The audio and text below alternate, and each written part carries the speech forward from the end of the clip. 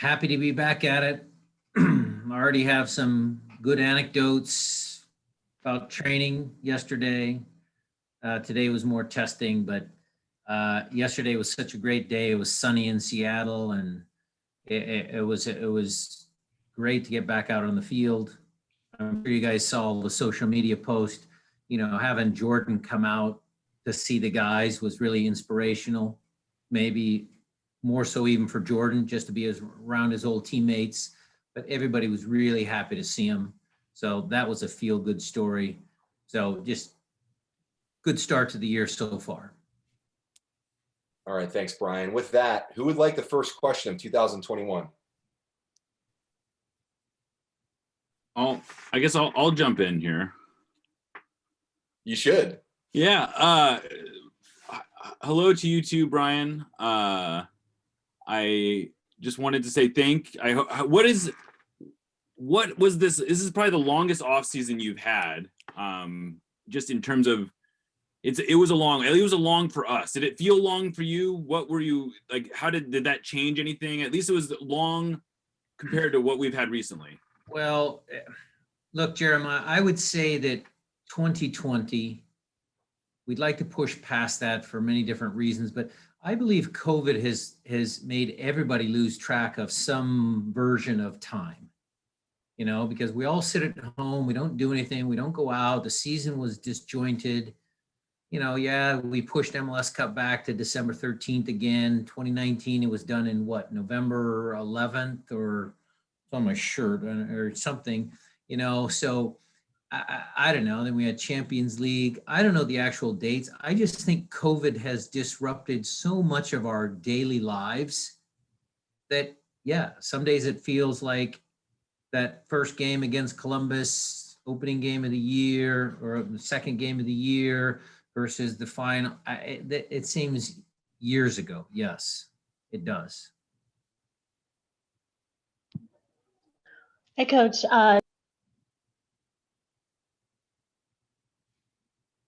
We lost you there, Jada. Oh, there. Can you hear me now? Yeah, I can hear you now. Yes. Okay. Yeah. So going further on that, we're about a year since the actual complete shutdown of the league.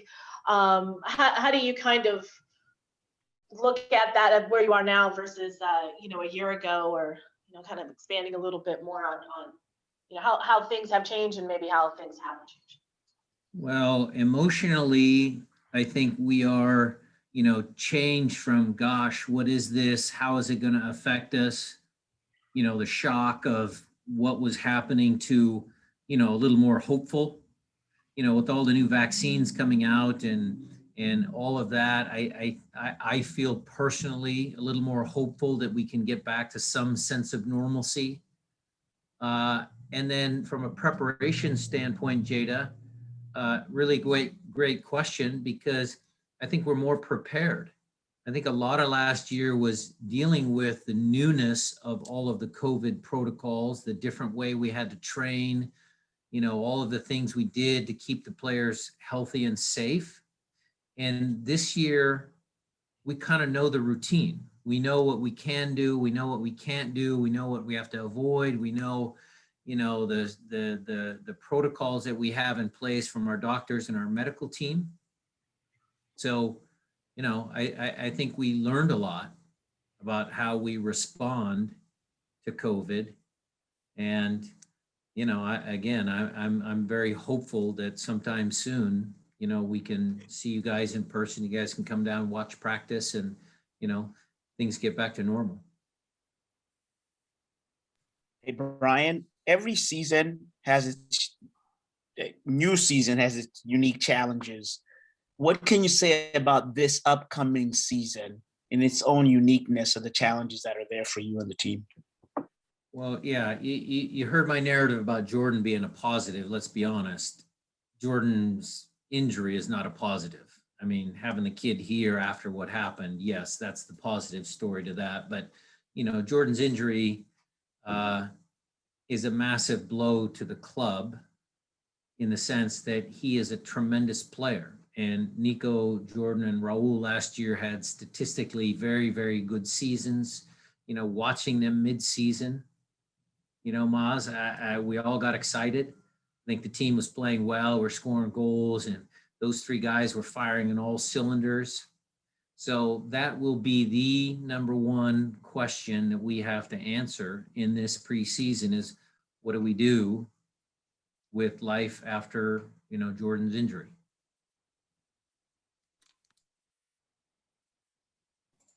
Hey, Brian. Well, I'll jump in. Oh, Go ahead, Tim. Go ahead. all right. Hey, Brian. How do you approach the sort of the pacing of these? Was it 6 weeks until April 17th, and maybe how is it Can you different than pre? it's about the players that Hey, Felipe, can you go ahead and mute yourself, please? Sorry, Tim, go ahead. Yeah, repeat that for me, Tim. That was a little jumbled. No problem. The pacing that you have over the next 6 weeks to get ready for April 17th, is it different in the how you get these guys ramped up for the start of the season? And then how do you handle maybe a little bit more of a condensed schedule when you have breaks for Gold Cup and qualifiers in the fall, and essentially how the MLS schedule is going to get a little sandwiched as the season goes on?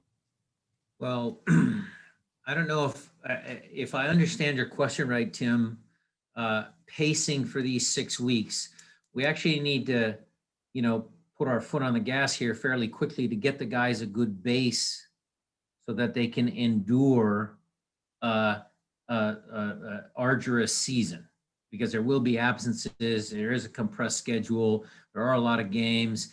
So the strength guys have been working on making sure that they have the right amount of weight training combined with the fitness aspect of our sport to make sure that their bodies can handle the load that they will, come under during the course of the year.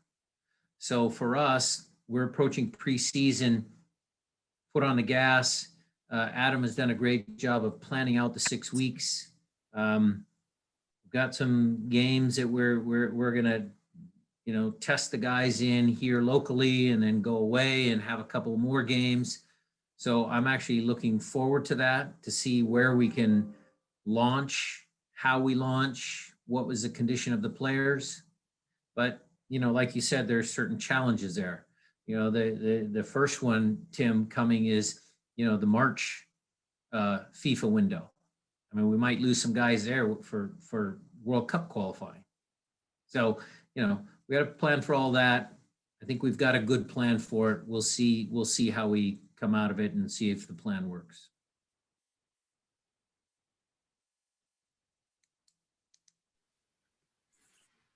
Coach, I Brian- suppose we've kind of gotten used to it at this point with the lack of fans being around, but typically first day of preseason, get all the fans out to kind of say hello back to the players. How did it feel differently yesterday? And how did that just kind of, I guess you might just be used to it at this point. No, I mean, when the fans send us off to MLS Cups, they come here for the beginning of the preseason, the various interactions between our fans here. I don't know the guy's name, but there was someone within a socially distant as the players were walking out to practice yesterday. He's a coach. He's a guy that I know, but I just can't think of his name. He was there. So there's one guy. We wish it could have been more, Matt. So a little bit different as far as, public not being around or reporters or all of that.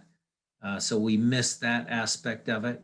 But again, yesterday, just because, it was a sunny day and, the guys were happy to be out on the grass, the field looks great. There was a bunch of young kids that bring a different energy to the squad. They're all, their eyes are wide open.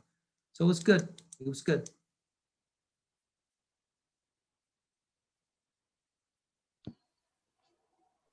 And with a player like Yamar, he came in and then the shutdown happened and everything was new for him. How has he arrived this season? And now that, like you were saying earlier, that things are known or comfortable this year, how has that maybe affected him, or how do you see that in him this season?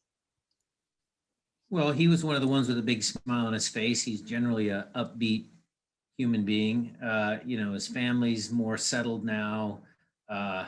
It's the same thing with JP and Javi and some of the other guys that come from foreign countries. They're able to get their family situation settled, and it just makes them feel better. Makes them feel complete when they have their family members with them. So he was in great spirits. Hey, Coach, you recently spoke about the FIFA window. About that, what's the latest on Raúl Ruiz Diaz? Well, we won't know. I mean, once the final lists come out, I don't know if Nico's on the call, but he would probably know. But yeah, we'll just wait to see with finalists and which players are going, and we'll make do. I mean, obviously it's an international window. There's nothing that the club can do, and I enjoy the fact that we have a very good team, that we have a lot of talented players. The downside of that is always sometimes, you lose players for international duty. Brian, you mentioned you have a very talented team. You go up the spine and it's essentially the same team you had last year. You have a bunch of guys who are probably contenders for best 11. But on the wings, it's a little different of a story in terms of the relative experience that you have available out there. And it's kind of a two-part question. Do you remember the last time you had two starting spots that were kind of as relatively wide open as those two spots seem to be from where we're sitting? And what do you make so far of the opportunity that presents to young players to step into the first team?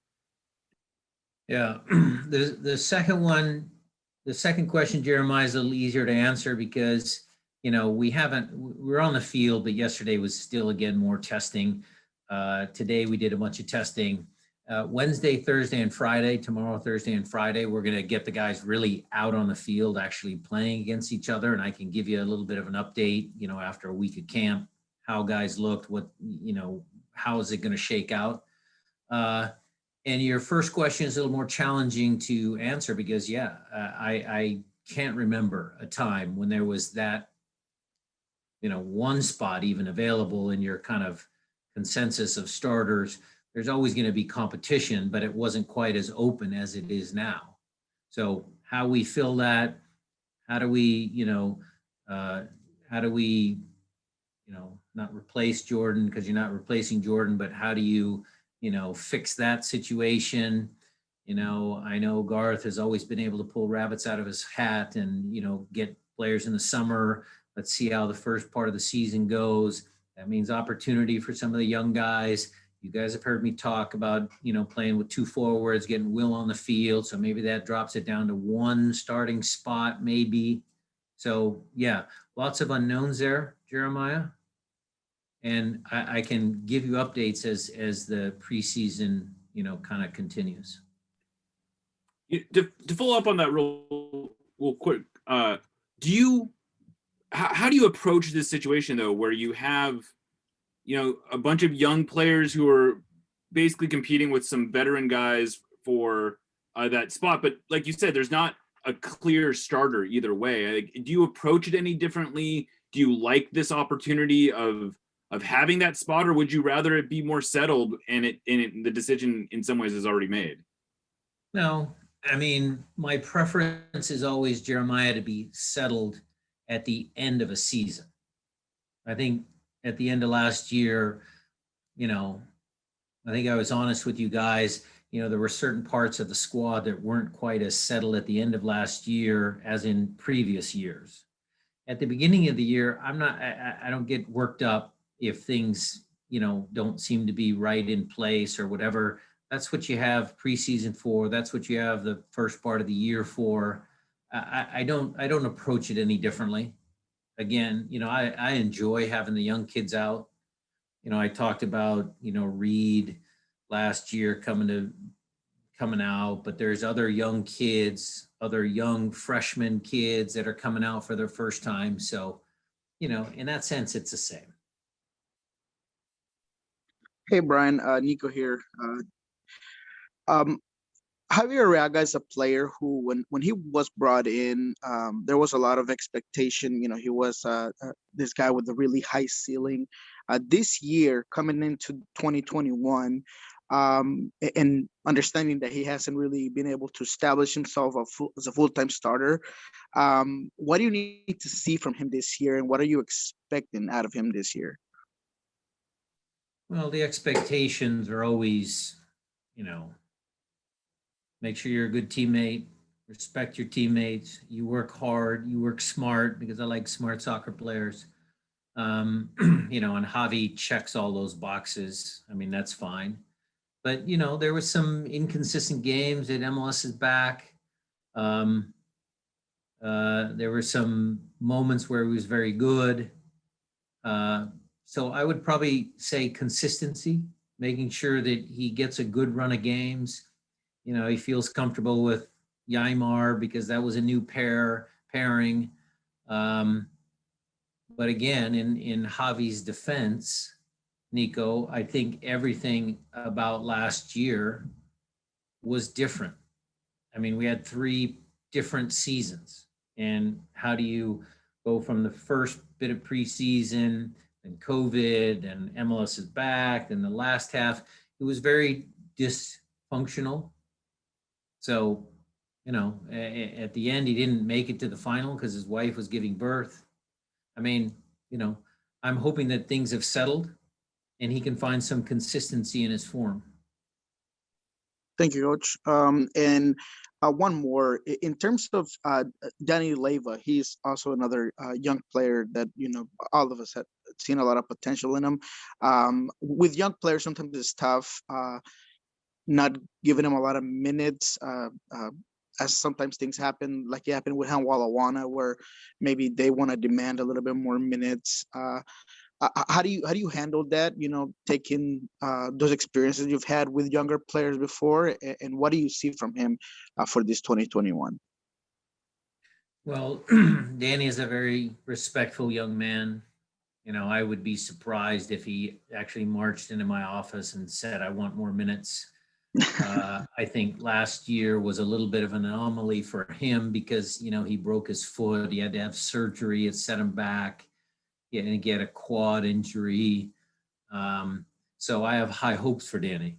You know, I hope the kid makes it. He's a great kid, works hard. Again, one of those kids. He's a smart soccer player. So, you know, there's expectations there that go along with some of those high hopes. But, you know, we'll bring him along in preseason and see how he does and, you know, try him out in some preseason games, see how he fits, see where he fits. And then the rest is up to him, Nico. It's always, you know, it's always about the players. They're the ones that put themselves on the field. You know, if he plays well, he'll get his opportunities to play some minutes. Thank you, Coach. Hey, Brian, speaking of continuity, you kept most of your coaching staff intact. How much of a bonus is that, or does that enable you to go into this evaluation preseason ready to go? Well, you guys know, you guys have heard me before. Tommy's the best goalkeeper coach. Preki could be a head coach in MLS. Gonzo will be a head coach. Jimmy will be a head coach. Adam Owen, our fitness guy, is great. Sean Muldoon, our strength guy, is great. And then we added a couple that you guys saw the announcement the other day. I'm excited to work with Wade. I think Wade's a great guy, good fit for the club. You know, Henry Browner has stepped up and he is going to help me with the, you know, the young kids and their individual development plans. So he'll be up with us, making sure that, you know, some of those young guys don't fall through the cracks, or they get the training and the resources that they need to be successful. So Maz, I'm very excited. I'm very happy with where we're at on the technical side of things. Coach, I see in your in the roster that there's players from all over, pretty much all over the world, from France, from South America, from here, from the USA. How challenging is for you to take a look at every one of that is at preseason? Well, I mean, Felipe, I would ask you, I mean, soccer is the universal language of, of sport. I mean, it's the biggest sport in the world and more people play soccer. It's played all over the world. I mean, it's still a round ball and you try and, move past your opponent and score goals. I think that is the thing that connects us. I mean, I can tell you funny stories about Kim Ki-hee and, locker room stuff and him and Roman trying to talk with each other. I mean, there are some funny stories. I'm grateful to have Jimmy Traore. He speaks French, Gonzo, Spanish.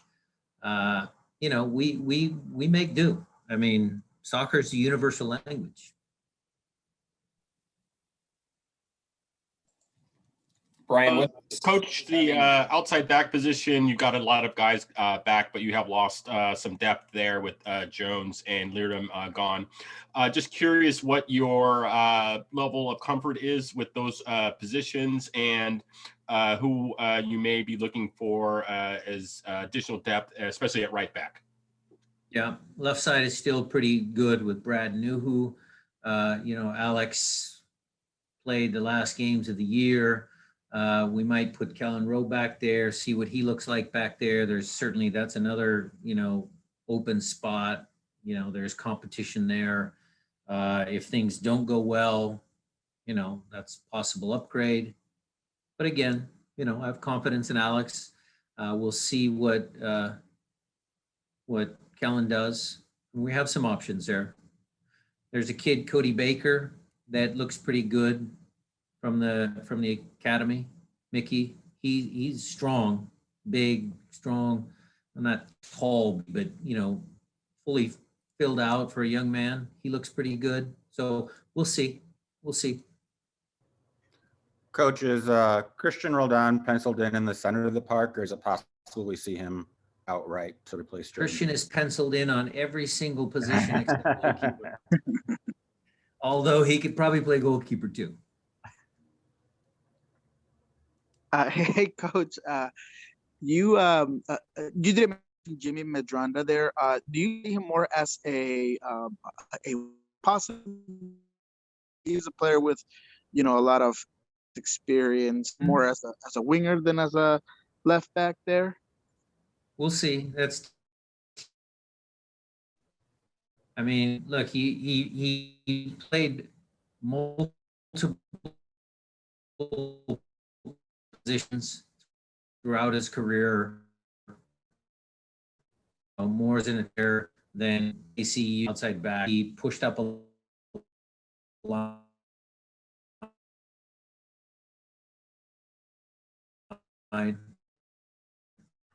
But we've played Practically, I should say, excuse me. What are you looking for from the right back without going in too much into how you're going to play that? Well, it's similar to seasons past. I mean, if you're sticking to 4-2-3-1, I think you guys have seen my team play, and we have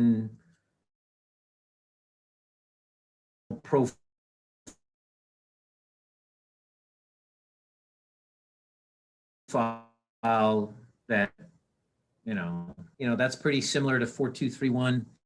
If we switch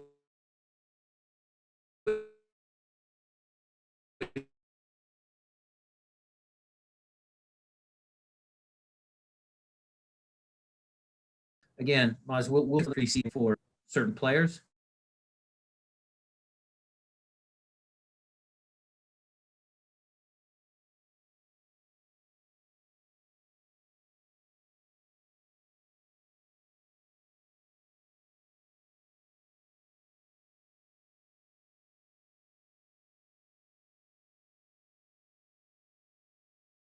See what our final, formation looks like, and we'll go from there. Brian, I was going to ask you what Kellen Rowe adds to the midfield, but you mentioned him as a potential right back. What about his style and makeup makes him an option to be in either one of those spots? Well, part of it is, kind of where he sees himself. The other part of it is where there's a need.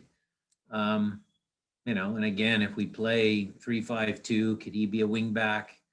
You know, his career at UCLA and a lot of it in New England was as a number 10, as a playmaker underneath the forwards and stuff like that. So 4-diamond-2, can he spell Nico if we're resting Nico? I mean, there's plenty of options.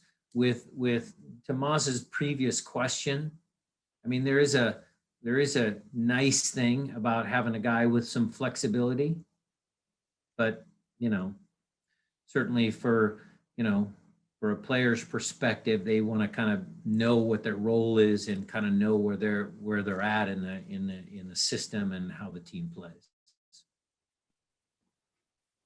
Brian, can you read this a little bit as experimenting a little bit more than you have in the past with past rosters?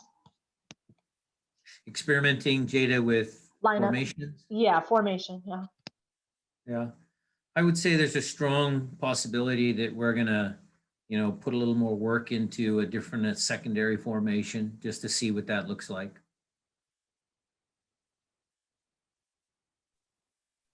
Brian, just had a quick question, and maybe not a great one, but going back thinking about like previous preseasons, I don't remember the team playing Portland in the preseason games often. Is that how did that come about? I mean, I think it's great, but I just kind of wanted to know a little bit more about that.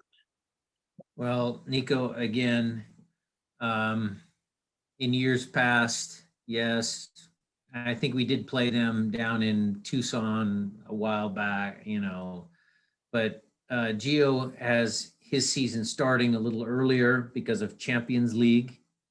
And so we wanted to, help him prepare for that. That's an important tournament. And so with COVID restrictions and the lack of travel and all of those sort of logistical challenges, the game just came together. It's good for both of us. I mean, we want to measure ourselves against a good team. I mean, Portland's a good team, so that'll be a good test for us. Hi, I'm Pradeep Khatri from MLSsoccer.com, and you already talked a little bit about Jordan Morris, and somebody else mentioned, I think, Kevin Leerdam and Jovan Jones. Between them and obviously Gustav Svensson, you are now without a lot of experienced players. You talked about the young players that have come in.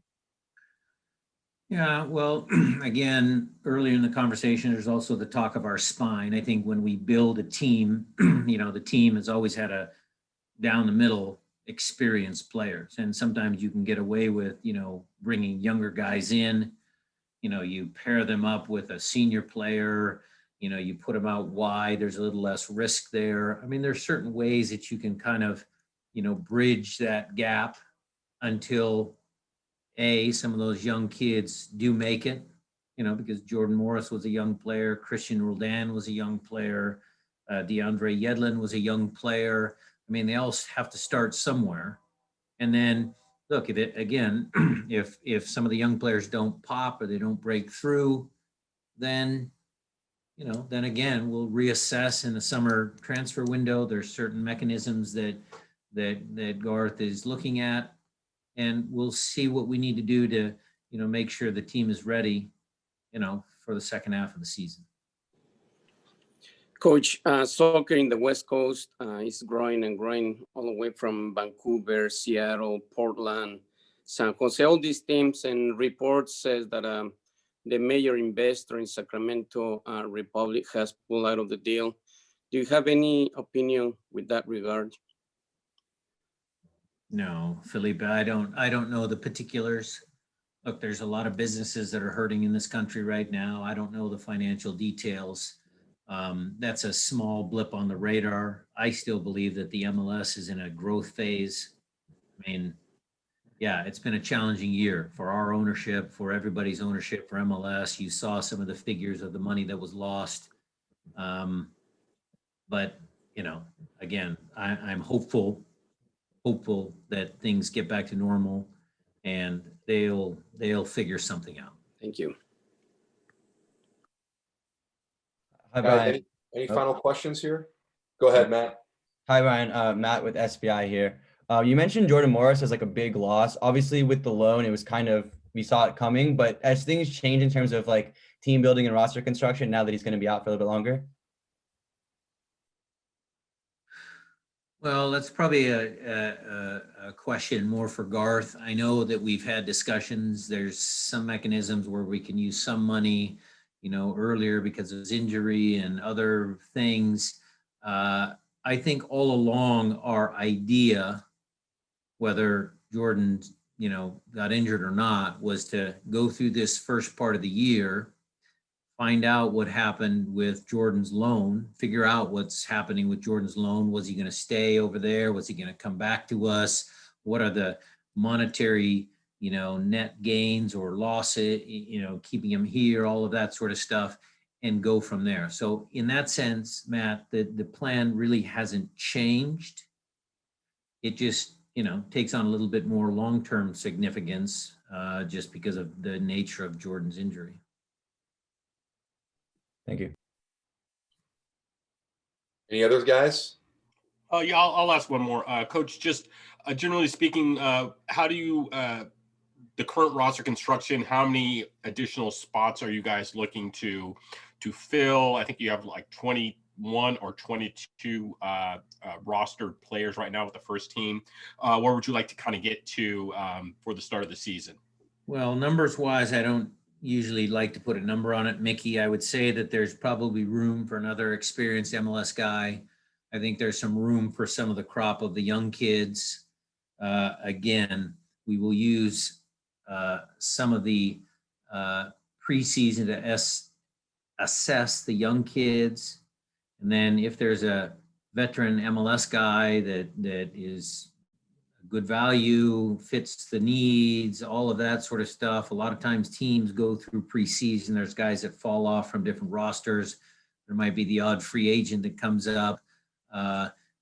We'll keep looking. I will tell you that we're still looking. Garth and Sean and Ravi, the guys there, they're keeping track of a bunch of different names of potential targets. And then again, from the coaching perspective, we'll see if one of the young kids, from Defiance or from the academy deserve a chance to make the final roster.